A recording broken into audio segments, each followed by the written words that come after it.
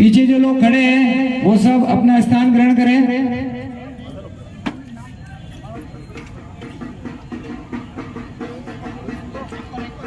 पूर्व सभापति सुरेश जी पालीवाल का भी स्वागत अभिनंदन। यहाँ के व्यापार मंडल के अध्यक्ष प्रहलाद जी वैष्णव का बहुत बहुत स्वागत अभिनंदन। आप हमेशा ऐसे आयोजनों में पूरे व्यापारी बंधुओं को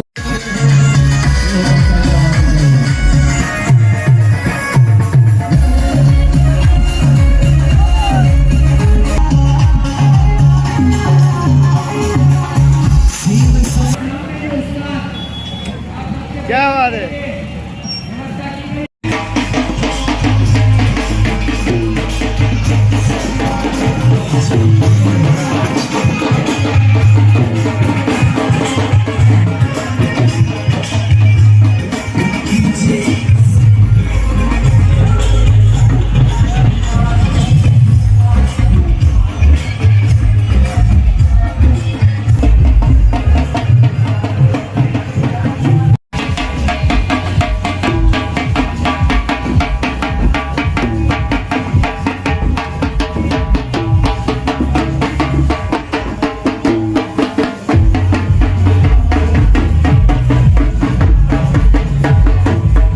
आज आप देख सकते हैं कि और समाज को भी यहाँ पे पीछे जो सम्मान दिया गया है। उसके अखाड़ा प्रदर्शन के जो बंधु है उनके जो प्रमुख है वो एक बार मंच पर पधार जावे।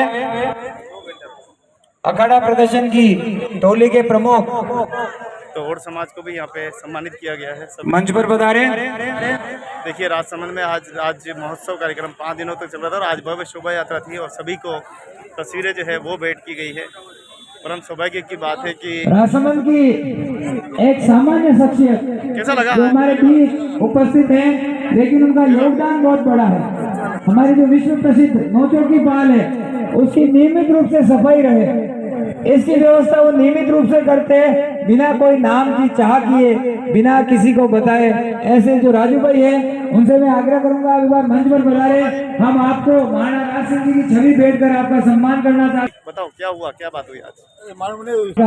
सम्मान करके हम भी गौरव महसूस करते हैं। तालाब में और समाज का बहुत ही सहयोग रहा है झील के निर्माण में। और समाज ने झील का निर्माण किया जिसमें जसवा माता ओडन का भी बहुत सहयोग रहा है। और इसी कारण हमारे चारभुजानाथ का मंदिर की जमीन और आज पूरा कार्यक्रम आज हुआ, आपने पार्टिसिपेट किया। क्या राजसमंद के लोगों ने सम्मान किया आपका? राजसमंद के लोगों ने हमारा बहुत सम्मान किया। हमने अखाड़े के जो प्रमुख थे वो मंच पर पधारे। दिनेश जी उधर से बुलाया जाए। और भी गांव के लोग आए थे। ये पूरा समाज का सम्मान है, खाली व्यक्ति का सम्मान है? पूरे समाज का सम्मान किया गया है। निम्बाड़ा से आपके कितना सुंदर कार्यक्रम है और इस कार्यक्रम में प्रदर्शन के लिए प्रमुख जनों का जो पधारे इसमें और युवा साथी भी हमारे पधारे थे। स्वागत अभिनंदन करेंगे। पीछे जो कार्यकर्ता खड़े हैं उनसे आग्रह है आप स्थान ग्रहण करें। आपके खड़े रहने से और व्यक्ति भी ये सोचते हैं कि जब कार्यकर्ता खड़े रह सकते हैं तो हम भी खड़े रह सकते हैं, इसलिए उनसे निवेदन है वो तो सामने जो कुर्सियां लगी है उन पर विराजित होवे। और समाज का भी योगदान रहा और सभी से आग्रह है आप अपना स्थान ग्रहण करें। बच्चों ने हमारा अच्छा सम्मान किया और राजा राज सिंह जी द्वारा हमारा शहरवासियों द्वारा हमारा अच्छा सम्मान किया गया। मैं इस कार्यक्रम को आगे बढ़ाते हुए पाल का निर्माण किया गया था और राजा राज सिंह जी को सत नमन और हमारी माता जसमा को भी सत नमन। आज क्या जसमा माता जी के लिए आपने क्या किया है, क्या योगदान दिया, क्या चाहते हैं राजसमंद से? आज जो हमारे मंच पर जो अतिथि विराजित है उनका एक बार परिचय करवाना चाहूंगा। हमारे इस महाराणा श्री राज सिंह जी जन्म जयंती समारोह समिति के माननीय अध्यक्ष महोदय डॉक्टर राकेश जी तेलन, आप प्रिंसिपल से पद से सेवानिवृत्त हुए और शिक्षा विभाग के डीओ पद से सेवानिवृत्त हुए। अच्छे शिक्षा भी थे, अच्छे साहित्यकार हैं और आप इस समिति के अध्यक्ष बने, इसलिए समिति के सब लोग आज महोत्सव लगातार चल रहा है। सभी को यहाँ जिन्होंने पार्टिसिपेट किया सभी को सम्मानित जो विषय रखने वाले हैं मुख्य वक्ता, आज बहुत ही अच्छा महोत्सव था। बहुत ही वो है मुरली मनोहर जी। आप राष्ट्रीय स्वयंसेवक संघ के प्रचारक हैं और हिंदू जागरण मंच के राजस्थान क्षेत्र के संगठक हैं। हमने जो 5 दिवसीय कार्यक्रम किए थे उनकी थोड़ी सी जानकारी देकर मुख्य वक्ता से आग्रह करूंगा वो अपना विषय रखेंगे। हम सब ने तय किया था 5 दिवसीय इस प्रकार का कार्यक्रम करेंगे और प्रथम दिन हम चाहते थे कि महाराणा राज सिंह जी प्रत्येक जन तक पहुंचे और उनके जीवन की जो यात्रा है सब लोगों तक पहुंचे, इसलिए हमने एक व्याख्यान माला का आयोजन किया था। वो व्याख्यान माला बीएन गर्ल्स कॉलेज के सहयोग से उसी कॉलेज परिसर में हमने किया था। दूसरे दिन 8 तारीख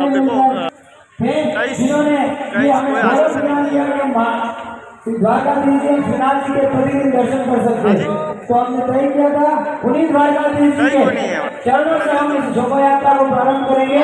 आज इस शोभा यात्रा को हमने आज से प्रारंभ कर यहाँ तक पहुँचे हैं और आज हाँ आप करो फोन। भारत माता की वंदे मातरम। महाराणा राज सिंह जी की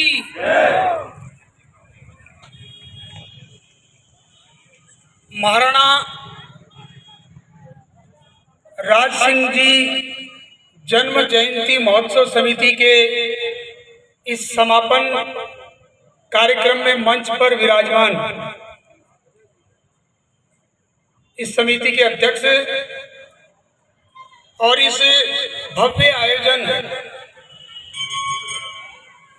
करने वाली समारोह की टोली के सभी कार्यकर्ता, 5 दिवसीय इस कार्यक्रम में जितने भी संगठन संस्थाएं, यहाँ की माताएं बहनें, इस कार्यक्रम को भव्य रूप देने वाले सभी कार्यकर्ता बंधु, हम सब के लिए गौरव की बात है कि हम ऐसे महापुरुष की जन्म जयंती जन्मदिन मनाने जा रहे हैं। पूरी दुनिया का जो इतिहास है, देश और धर्म के नाम पर जिन्होंने अपना सबसे ज्यादा योगदान दिया, पूरी दुनिया का इतिहास एक तरफ, भारत का इतिहास एक तरफ, पूरे भारत का इतिहास एक तरफ और राजस्थान का इतिहास एक तरफ, और पूरे राजस्थान का इतिहास एक तरफ, उसमें से मेवाड़ का इतिहास एक तरफ। दुनिया का सबसे श्रेष्ठतम इतिहास मेवाड़ धरा का रहा है और हम सब के लिए सौभाग्य की बात है कि हम इस जन्मभूमि पर जन्म लेने का हमको अवसर मिला है और ऐसे महापुरुष का जन्मदिन मनाने का अवसर हमको मिला है। अभी संचालक श्रीमान भरत जी पालीवाल ने विस्तार से महाराणा राज सिंह जी के बारे में बताया। मैंने भी उनके जीवन के बारे में बहुत सारी बातें सुनी है, पढ़ी भी है, और पिछले 5 दिन से आप इन सब बातों को सुन भी रहे हैं। तो कुछ बातें उनके जीवन से हमको तो प्रेरणा लेनी चाहिए।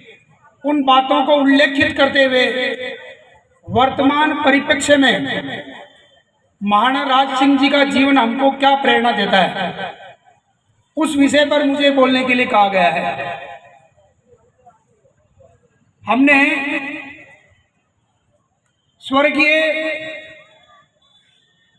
CDS विपिन जी रावत, उन्होंने एक बार बोला था कि हमारा देश 2 मोर्चे पर लड़ रहा है। 2 मोर्चे पर लड़ने का मतलब है, एक तरफ चाइना है, एक तरफ पाकिस्तान है। हमारी सेना इतनी सक्षम है कि चाइना और पाकिस्तान दोनों को एक साथ निपटा सकती है। दुनिया की सबसे सर्वश्रेष्ठ सेना भारत की सेना है। जल, थल और नभ, ये वर्तमान स्थिति में हम अनुभव भी करते होंगे, लेकिन उन्होंने एक कहा कि आधा मोर्चा भारत के अंदर भी है। 2 मोर्चों पर भारत की सेना लड़ सकती है, लेकिन आधे मोर्चे पर कौन लड़ेगा? तो आधा मोर्चा यानी कौन? तो आधा मोर्चा भारत के अंदर जो छुपे हुए गद्दार हैं, तो जो छुपे हुए गद्दार हैं उनको मुकाबला करने के लिए, उनको समाप्त करने के लिए, उनके षड्यंत्रों को समाप्त करने के लिए समाज का जागरण करना पड़ेगा। और समाज का जागरण करने का मतलब क्या है? हर देश का एक मूल समाज होता है। अपने देश का मूल समाज है हिंदू समाज, इसलिए हिंदू समाज का जागरण करेंगे तो आधे मोर्चे पर जो हमारे देश को चुनौती दे रहे हैं उनसे मुकाबला हो जाएगा। महाराणा राज सिंह जी के जीवन से भी हमको यही प्रेरणा मिलती है। हिंदू धर्म रक्षक ये केवल अकेले ही नहीं थे, 3-3, 4-4 पीढ़ियां इन्होंने हिंदू धर्म की रक्षा के लिए हमको कैसी कठिन से कठिन परिस्थिति, उस कठिन परिस्थिति में भी मार्ग निकालना हमको सिखाया है। आज जो वर्तमान में परिस्थिति हम देखते हैं, ये वर्तमान परिस्थिति पूरी दुनिया के अंदर आज भारत का और हिंदू समाज का जो नाम रोशन हो रहा है, बहुत सारी चुनौतियां हमको आसपास दिखाई देती होगी। लेकिन आप कल्पना कीजिए, जिस समय महाराणा राज सिंह जी का जन्म हुआ था उस समय भारत की परिस्थिति कैसी थी? महाराणा राज सिंह जी से पहले महाराणा सांगा, महाराणा प्रताप, ऐसे अनेक इसी भूमि से में पैदा होकर के और लगातार विदेशी आक्रांताओं से संघर्ष किया। भारत का जो मूल समाज है, उस मूल समाज का मनोबल बनाए रखने के लिए विदेशी आक्रांताओं के अत्याचारों से वो मुकाबला करने के लिए समाज जीवन में हलचल पैदा की। समाज के सामान्य से सामान्य व्यक्ति को भी देश धर्म के लिए काम करना चाहिए। उन्होंने अपने जीवन से प्रेरणा दी, उन्होंने उपदेश नहीं दिया। केवल मेवाड़ की सेनाओं में ही एक विशेष बात है कि यहाँ पर हर जाति बिरादरी के लोग सेना में भर्ती होते थे, पूरा समाज लड़ता था। केवल सेना नहीं लड़ती थी, बल्कि सेना के साथ पूरा समाज भी लड़ता था। आज भी जो हमारे को बिपिन रावत जी ने जो 2.5 मोर्चे का जो बात कही है, तो 2.5 मोर्चे का मतलब ही यही है कि भाई सेना तो लड़ रही है, सेना के साथ साथ समाज को भी लड़ना है।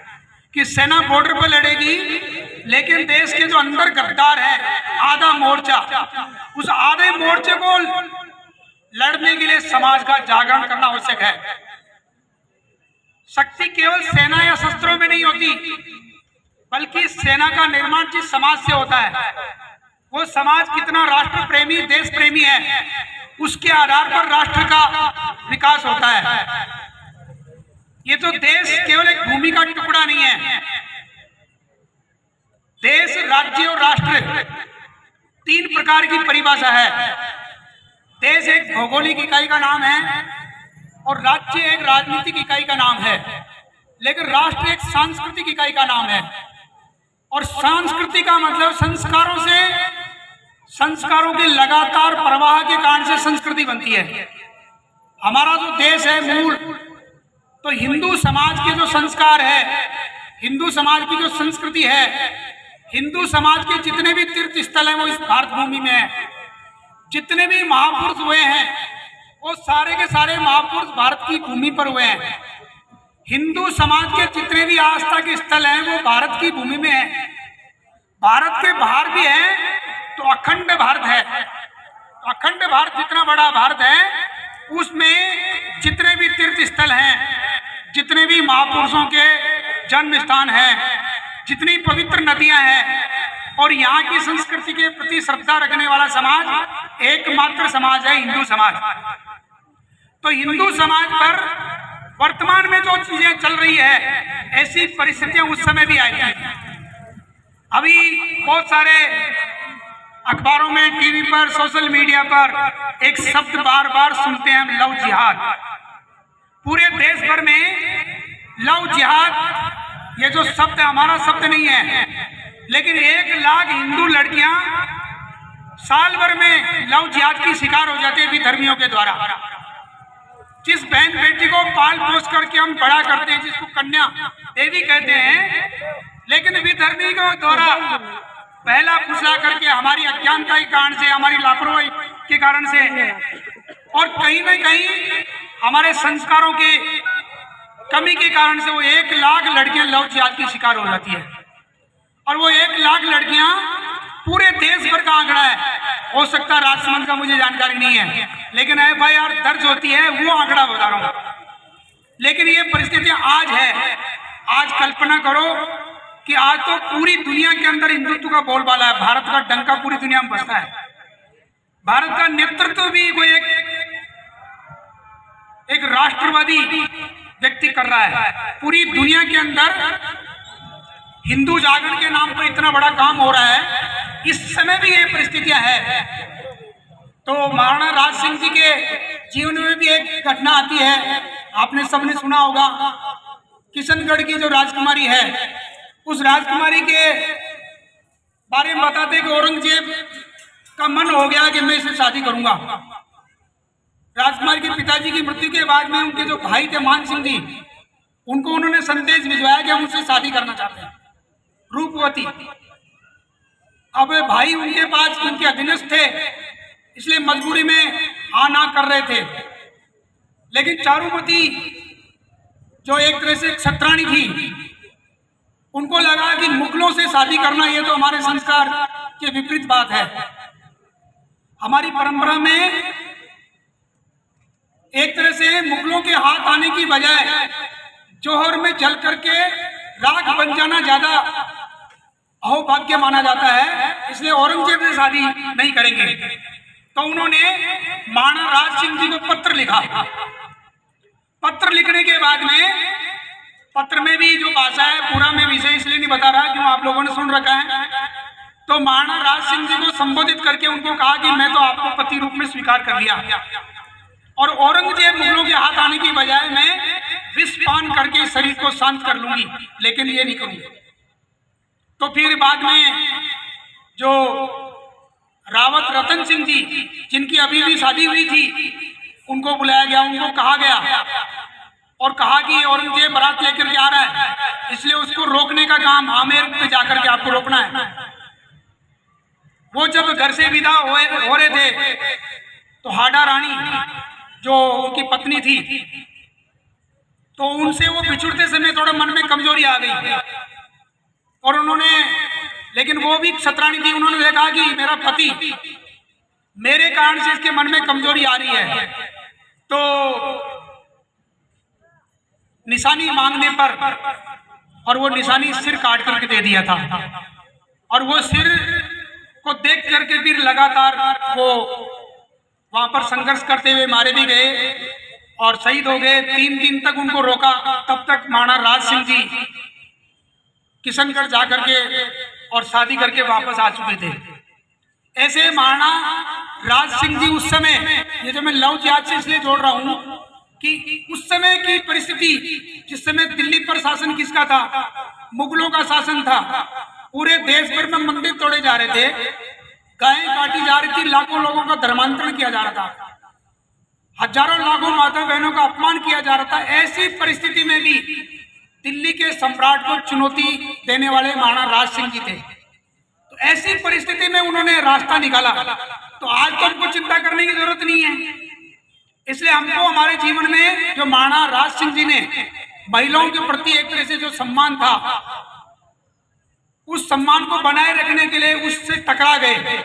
तो पूरे देश भर में इस प्रकार की जहां कहीं भी हमारे को ऐसा लगता है माताओं बहनों का अपमान हो रहा है, लव जिहाद की घटनाएं करने वाले लोग इधर उधर घूम रहे हैं, तो उनके षड्यंत्रों से हमको भी सावधान रहना है।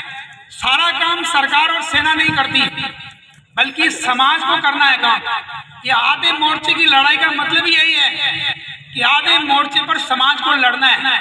हर चीज नेताओं के, सरकारों के भरोसे नहीं रहना है। बड़े महापुरुष होते हैं, संकेत रूप में कहते हैं।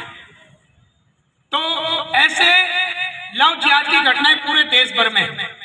दूसरा, हमारे देश में अभी पिछले दिनों अखबारों में आपने पढ़ा, अभी वक्फ बोर्ड के नाम पर पूरे देश भर में लगभग 5 लाख वर्ग किलोमीटर की भूमि जो 1947 से पहले जिन लोगों के पास थी, उन्होंने अलग भूमि की मांग की और अलग भूमि की मांग करने के बाद पाकिस्तान उनको मिल गया और मिलने के बाद वो आधे लोग पाकिस्तान चले गए, लेकिन जो पाकिस्तान गए थे उन्होंने अपनी यहाँ की जो जमीन थी वक्फ बोर्ड में चढ़ा दी। तो वक्फ बोर्ड में चढ़ा गए, उसके कारण से पूरे देश भर में आज सबसे ज्यादा जो जमीन है भूमि जिहाद के रूप में, हमारा देश हिंदुओं का देश है, लेकिन आज सबसे ज्यादा जमीन है वो वक्फ बोर्ड के पास है। दूसरे नंबर चर्च के पास है, तीसरे नंबर सेना और चौथे नंबर रेलवे के पास है। तो ये भूमि जिहाद भी हमारे आसपास चल रहा है। हम महापुरुषों का जो जीवन, जो उनके बहाने जो उत्सव मनाते हैं, तो उत्सव मनाने के पीछे हेतु है कि महापुरुषों ने कैसे ऐसे समय में अपने समाज को जागरूक बनाए रखा। तो हम भी अपने आसपास इस प्रकार के भूमि जिहाद के नाम पर किसी मंदिर के बगल में मजार बना दी, मंदिर के अंदर भी कई बार इस प्रकार की चीजें हो जाती है, तो मजार बनाते हैं। जो सरकारी जमीन होती है, सरकारी जमीन पर कहीं भी वक्फ बोर्ड का काट दिया और लिख दिया ये वक्फ की संपत्ति है। एक वक्फ पर एक नया प्रकार का एक यहाँ पर एक कानून बना दिया 2012 या 11 के अंदर, किसी भी सरकारी जमीन को वक्फ बोर्ड की घोषित करके और उसको बाद में वक्फ बोर्ड में शामिल किया जा सकता है। जिस जमीन पर वक्फ बोर्ड का बोर्ड लगा दिया गया, तो जिसकी जमीन है उसको साबित करना पड़ेगा ये जमीन मेरी है, वक्फ बोर्ड की नहीं है। वक्फ बोर्ड को साबित नहीं करना कि ये वक्फ बोर्ड की है। इस प्रकार के उल्टे सीधे कानून, अभी कानून बने हुए हैं, लेकिन केवल कानून से काम नहीं चलेगा। अपने कानून को भी अगर इसका भी मुकाबला करना है तो संख्या बल समाधान है। एक श्लोक है, त्रेतायाम मंत्र शक्ति ज्ञान शक्ति कृते युगे द्वापरे युक्त शक्ति से संघे शक्ति कलो युगे। 4 युग हैं, चारों युगों के अंदर कोई न कोई एक शक्ति काम करती है। त्रेता युग में मंत्र की शक्ति काम करती है। त्रेता युग के अंदर मंत्र की शक्ति के आधार पर शासन, अनुशासन और प्रशासन चलता है। त्रेता युग में, उस युग में सत्य और धर्म की स्थापना करने के लिए मर्यादा पुरुषोत्तम भगवान श्री राम का जन्म हुआ। सतयुग के अंदर ज्ञान और सत्य की शक्ति काम करती है। सत्य और ज्ञान को स्थापित करने के लिए, स्थापित करने के लिए राजा हरिश्चंद्र जी का अवतार हुआ। द्वापर युग में युद्ध की शक्ति काम करती है। द्वापर युग में युद्ध की शक्ति के साथ साथ भगवान श्री कृष्ण के नेतृत्व में महाभारत का युद्ध हुआ। तो महाभारत के युद्ध में धर्म और सत्य और धर्म को जीत दिलाने के लिए भगवान श्री कृष्ण का अवतार लेना पड़ा। वर्तमान युग चल रहा है कलयुग, और कलयुग में अकेला व्यक्ति कुछ नहीं कर सकता। कलयुग में संगठन ही शक्ति का अवतार है, इसलिए कहा गया संघे शक्ति कलो युगे। तो कलयुग के अंदर संगठन ही भगवान का अवतार होता है। भगवान अलग से अवतार नहीं लेते, भगवान अलग से अवतार नहीं लेते, बल्कि भगवान ने जो काम किया था वो काम हमको करना पड़ता है। संघे शक्ति कलो युगे का मतलब है संगठन की शक्ति, व्यवस्थित संख्या बल। तो व्यवस्थित संख्या बल का मतलब क्या है कि आज हम देखते हैं कि हिंदू समाज के प्रत्येक जाति में संगठन है, प्रत्येक गांव में संगठन है, प्रत्येक व्यापार मंडल ये भी संगठन है, जितने भी यूनियन है, ट्रेड यूनियन ये भी संगठन है, जितने भी मंदिर मठ गुरुद्वारे ये भी हमारे स्थायी संगठन है। और इसी कारण से महाराणा राज सिंह जी ने ये जो मंदिर स्थापित किए यहाँ पर, जब मुगल मंदिर तोड़ रहे थे तो मंदिरों के प्रति जो आस्था थी उसके कारण से हमारा समाज बचा हुआ है। इसलिए मंदिर की मूर्ति को भी एक तरह से एक स्थान मिले और उस मंदिर के प्रति आस्था बनी रहे और मंदिर हमारा आस्था का केंद्र, शक्ति का केंद्र बना रहे। ऐसे द्वारकाधीश और नाथद्वारा का मंदिर बनाने वाले महाराणा राज सिंह जी के जो सोचने के पीछे बात यही थी कि संगठन में शक्ति है। मंदिर रहेंगे तो मंदिरों में जो संख्या बल आएगा वही शक्ति का आधार है। इसलिए मंदिर, मठ, गुरुद्वारे हमारे स्थायी संगठन है। जितने भी संत महात्मा, जितने पूरे देश में अच्छे काम करने वाले हमारे मोबाइल संगठन है, चलते फिरते संगठन है। तो जितने भी संत महात्मा हैं, सबसे बड़े संत महात्मा वही माने जाते हैं जिनके भक्त ज्यादा होते हैं।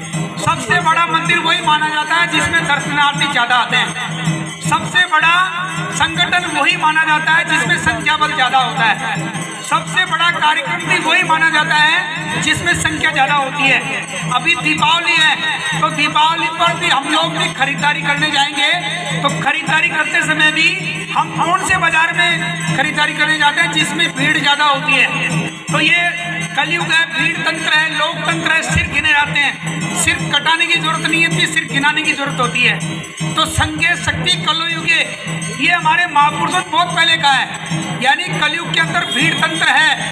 संख्या बल है तो आपकी बात को सुना जाएगा, संख्या बल नहीं है तो आपकी बात को नहीं सुना जाएगा। संख्या बल है तो समाधान है, और संख्या बल नहीं है तो व्यवधान है। इसलिए कलयुग में शेर का बच्चा एक ही अच्छा, ये डायलॉग काम नहीं करता, क्योंकि कलयुग में कुत्ते भी शेर को घेर करके मार देते हैं। इसलिए संख्या बल ही समाधान है। आज का जो कार्यक्रम है, इस कार्यक्रम की सफलता का जो विषय है, आप कहेंगे ये नेगेटिव हो सकता है, लेकिन कार्यक्रम की सफलता का आधार भी संख्या बल ही होता है। उसमें वक्ता ने क्या बोला या कार्यक्रम व्यवस्थाएं क्या रही, लेकिन संख्या बल है, यही वास्तव सफलता का आधार है। इसलिए संघे शक्ति कलयुगे।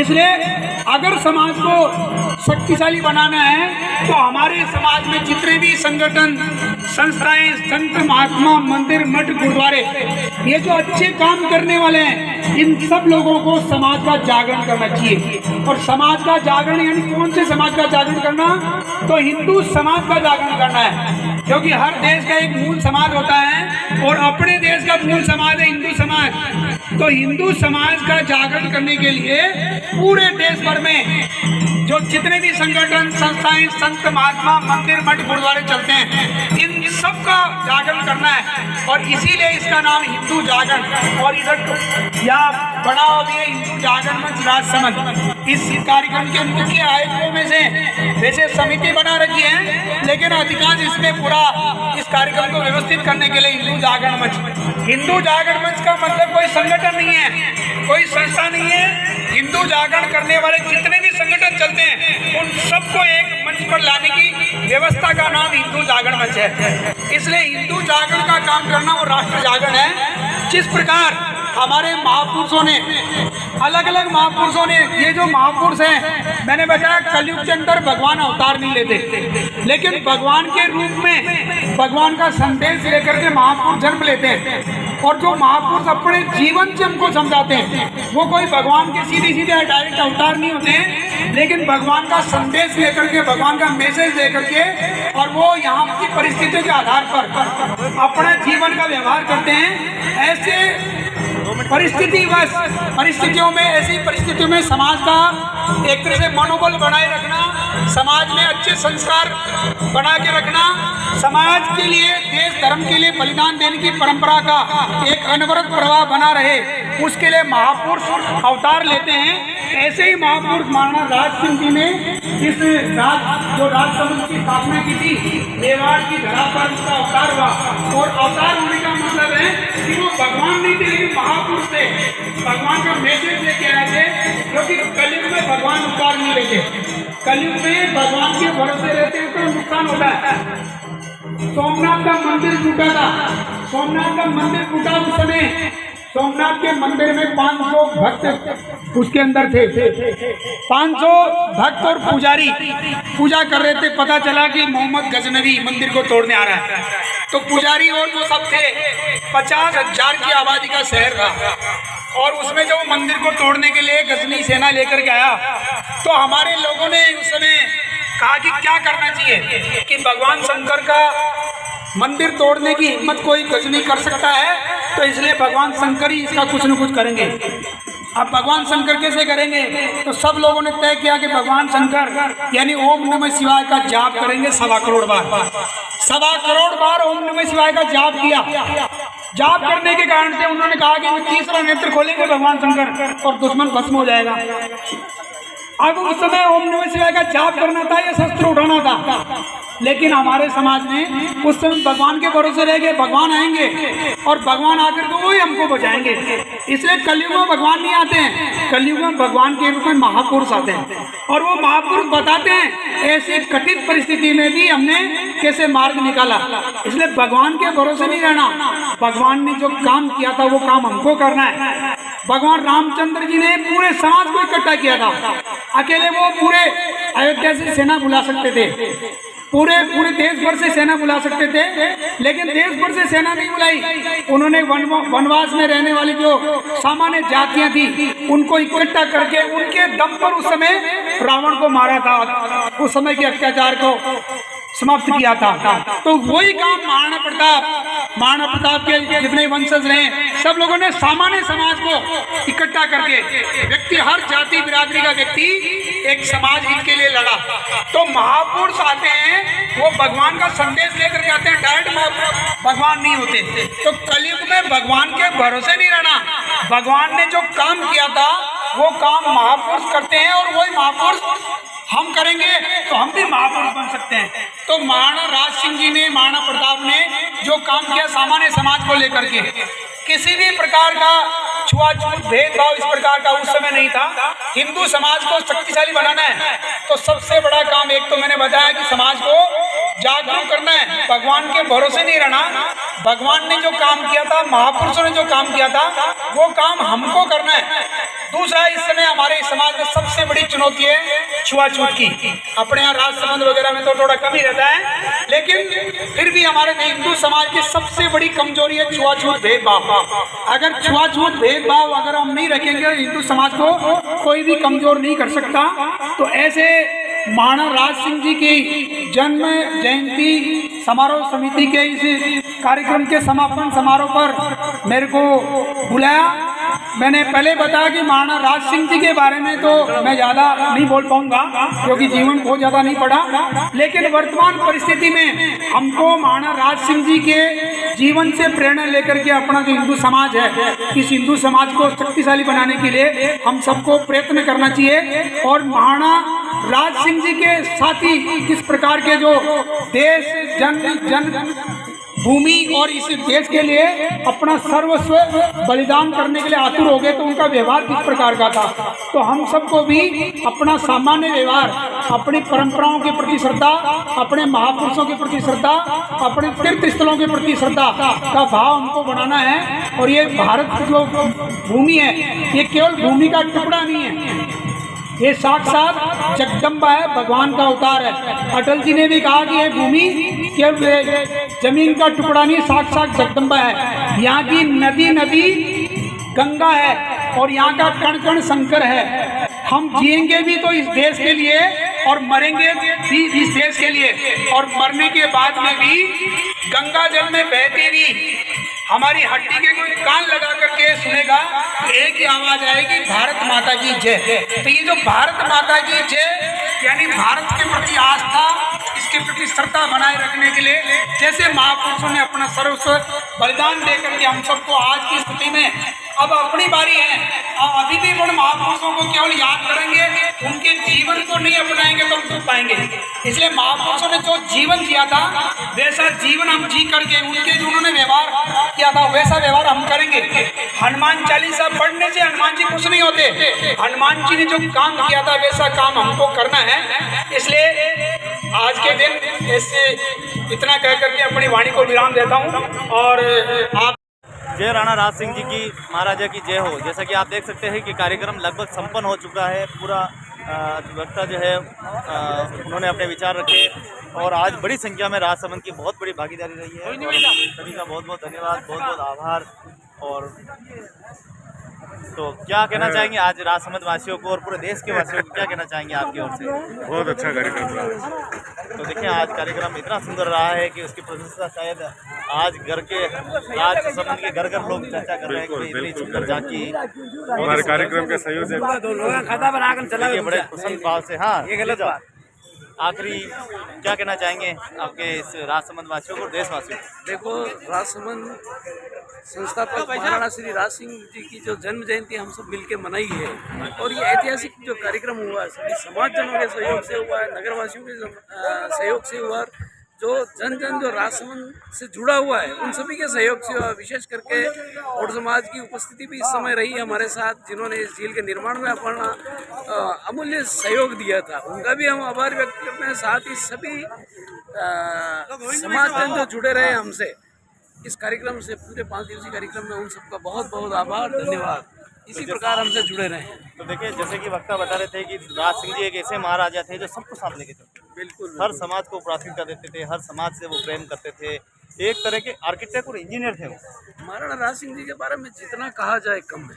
उनकी सोच, जिस युग में वो जिए उससे कई आगे की सोच थी। उन्होंने जो आज छोटे छोटे बांध और ताल तलैया जो अभी चंद दिनों में टूट जाते हैं, 300 साल पूर्व जो उन्होंने ये जो बनाई है झील, राजसमंद झील, 370 साल पहले जो झील बनाई है, आज उसका आर्किटेक्चर हम देखें तो आज के जो इंजीनियर है वो आंखों से उनके आंसू निकल जाए, तो इतनी मजबूत और दांतों तले उंगली दबा लगे इतनी मजबूत आर्किटेक्चर के साथ उन्होंने जो ये झील बनाई है और जो किले बनाए हैं, द्वारकाधीश का जो मंदिर बनवाया है उन्होंने, उस योगदान को उनके भूला नहीं जा सकता है। मेवाड़ के इस इतिहास के नजर डाले तो आप 566 ईस्वी से लगाकर अगर 2022 तक इतिहास पर नजर डालेंगे तो आपको सबसे प्राचीन इतिहास और विकास पुरुष के लिए राजा राज सिंह जी मिलेंगे। राणा राज सिंह जी थी, क्योंकि महाराणा राज सिंह कहना ज़्यादा उचित होगा कि मेवाड़ महाराणा थे, और महाराणा राज सिंह जी का जो योगदान मेवाड़ को रहा है और विशेष करके मुगलों को भगाने में रहा है, बहुत निसंदेह बहुत ही सराहनीय रहा। हमारे सभी मित्रगण सब अब विदा हो रहे हैं, सब गुरुजन विदा हो रहे हैं, तो काफ़ी अच्छा रहा। पूरा एक आखिरी विचार आपको पहले, संयोजक सबसे पहले तो बहुत बहुत बधाई और शुभकामनाएं सफल आयोजन के लिए।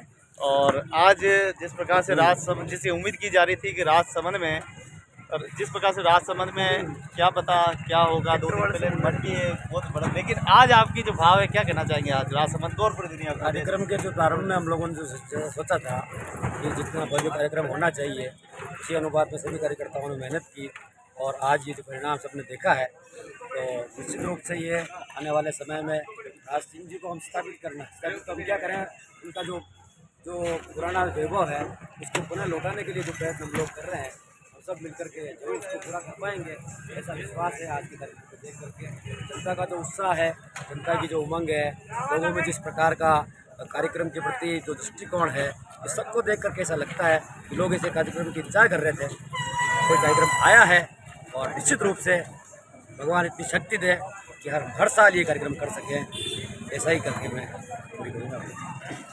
सही बात है कि अपने लिए तो सभी जीते हैं, औरों के लिए जीना ही जिंदगानी है। आपने तन मन धन समय ऐसा कोई क्षण नहीं होगा जो आपने इस राजसमंद के लिए सामूहिक होता क्या है, दूल्हा कोई बनता है, जो सेहरा मेरे सिर बंधा है, लेकिन हर कार्यकर्ता ने मेहनत की है, हर कार्यकर्ता ने अपना पूरा दम लगाया है। ये आपका बड़प्पन है, सबको श्रेय देती है। तो सामूहिक श्रेय है, सामूहिक जिम्मेदारी है सब। भाई साहब के सानिध्य में जो जुड़ा है ना, भाई साहब ने प्रोत्साहन ऐसा किया कि सब ने तन मन और धन से अपना जितना जिसकी क्षमता थी पूरा सहयोग किया, और सक्रियता रूप से बिना किसी दिमाग में कोई ऐसा भाव लाए हुए पूरे कार्यक्रम को सफल कैसे बने उसके लिए लगे रहे। जहाँ का राजा इतना अच्छा हो, जहाँ के लोग इतने अच्छे हो, उस देश की क्या बात करें। और सतीश जी भाई साहब ने हमको ये जानकारी दी कि राणा राज सिंह जी का और ओट समाज का क्या ऐसा रहा जिसकी वजह से इतनी भव्य झील का निर्माण हुआ, और आज हमको भी अवगत कराया भाई साहब ने कि ओट समाज हम जानते नहीं थे, बट आज जन जन में राजसमंद में ओट समाज के प्रति बहुत ज़्यादा इज्जत बढ़ी है। बहुत बहुत धन्यवाद, बहुत बहुत शुक्रिया। ये पूरे समाज की जो बढ़ी है, और मैं बहुत बहुत धन्यवाद देना चाहूँगा आयोजन समिति को, हमको भी बुलाया, पार्टिसिपेट किया इस भव्य शोभा यात्रा में, हमें भी अपना बात रखने का मौका मिला। इस पूरी यात्रा में हमें खूब नाचे, खूब झूमे, खूब ढोल बजाए।